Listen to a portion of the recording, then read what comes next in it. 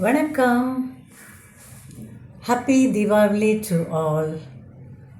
இன்றைக்கு என்னுடைய பட்சணம் பாதாம் பர்ஃபி. எல்லாமே healthy ingredients, very little ghee, no oil. So let's go to the recipe of badam burfi. Ingredients: பாதாம் ஒரு கிளாஸ், அதாவது 200 ml கிளாஸ். அதை சுடு தண்ணியில் ஊற வைக்கவும் ராத்திரி பூரா. அட்லீஸ்ட் 8 மணி நேரமாவது ஊற வேண்டும். அப்பொழுது அதன் தோல் சுலபமாக எடுக்க முடியும். தேவையான பொருட்கள்: பாதாம் 1 கப், சுகர் 2.25 கப், நெய் 2 டேபிள் ஸ்பூன், சாஃப்ரன், அப்புறம் கார்டமம் பவுடர்.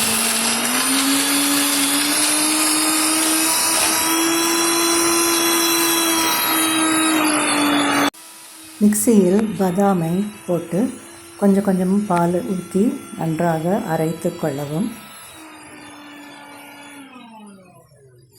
பாதாம் நல்ல ஃபைன் பேஸ்டாக அரைந்திருக்க வேண்டும்.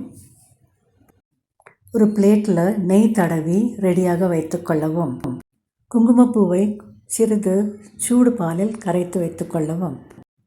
ஒரு வாணலியில் 1/4 கப் தண்ணீர் விட்டு கொதிக்க வைத்து அதில் 2 கப் சீனியை போட்டு நன்றாக கொதி வந்தவுடன் இந்த அரைத்த பாதாம் விழுதை போட்டு அதை நன்றாக ஸ்டர் பண்ணி கொடுங்க.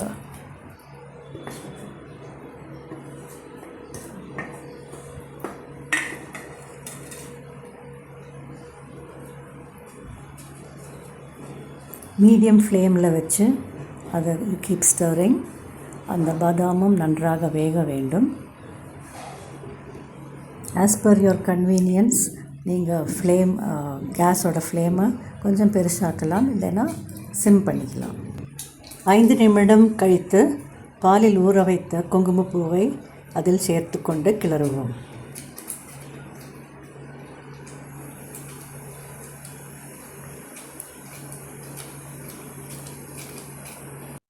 ஒரு 5 நிமிடம் கழித்து 2 டேபிள் ஸ்பூன் நெய்யையும் ஊற்றி கிளறுங்கள்.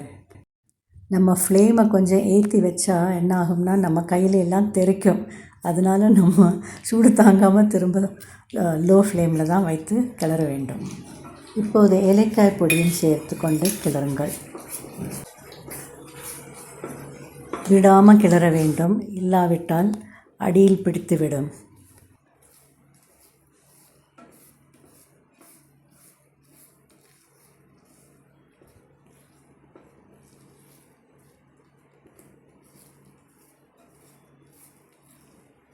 நன்றாக சுருண்டு வர ஆரம்பித்து விட்டது, ஆனால் இன்னும் கொஞ்சம் கூட கிளற வேண்டும்.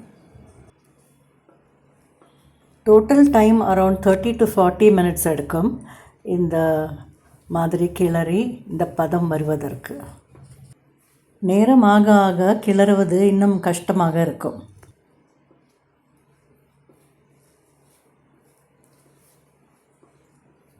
Almost ready. கொஞ்சம் கூட கிளற வேண்டும். அந்த கிளேஸ், அந்த ஷைன் போக வேண்டும்.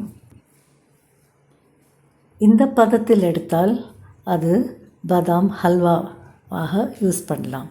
கொஞ்சம் கூட கிளறி பண்ணினால் நமக்கு பாதாம் பர்ஃபியாக வரும், நன்றாக கட் பண்ண வரும். It has started leaving the sides. நன்றாக சுருண்டு வருகிறது பாருங்கள். Almost ready. நெய் தடவிய தட்டில் இதை ட்ரான்ஸ்ஃபர் செய்து கொள்ளுங்கள். அப்புறம் சமமாக பரப்பி கொள்ளுங்கள். அந்த தட்டை தட்டிவிட்டால் அது நன்றாக ஒரே லெவலில் ஸ்ப்ரெட் ஆக்கி கொள்ளும். பார்த்தீங்களா? ஒரு 10 நிமிடம் கழித்து நெய் தடவிய கத்தியால் கட் பண்ணி கொள்ளுங்கள் பர்ஃபியாக. இன்றைக்கு நான் செய்த பாதாம் பர்ஃபி கொஞ்சம் 5 ஸ்டார் மாதிரி, மைசூர் பா மாதிரி கொஞ்சம் சாஃப்டாக சிக்னு இருக்கும். ஒரு 2 minutes கூட கிளறி இருந்தானாக்கா மில்க் சாக்லேட் மாதிரி, இல்லைன்னா மைசூர் பாக் மாதிரி கொஞ்சம் சாலிடாக இருக்கும். இந்த மாதிரி இது நான் லாஸ்ட் டைம் செய்தது. எப்படி செஞ்சாலும் எப்படி அது டர்ன் அவுட் ஆனாலும் டேஸ்டியாக தான் இருக்கும். எல்லாம் நல்ல இன்க்ரீடியன்ஸ் இல்லையா? இதோ நீங்களே டேஸ்ட் பண்ணி சொல்லுங்களேன் எப்படி இருக்குது அப்படின்னு. நான் ஒரு பீஸ் டேஸ்ட் பண்ணட்டுமா?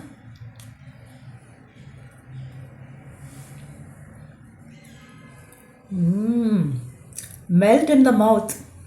சிக் சிக் சிக்னு ஹல்வா மாதிரியே இருக்குது. ட்ரை பண்ணுங்க. Okay, thank you. எல்லோருக்கும் மீண்டும் இனிய தீபாவளி நல்வாழ்த்துக்கள்.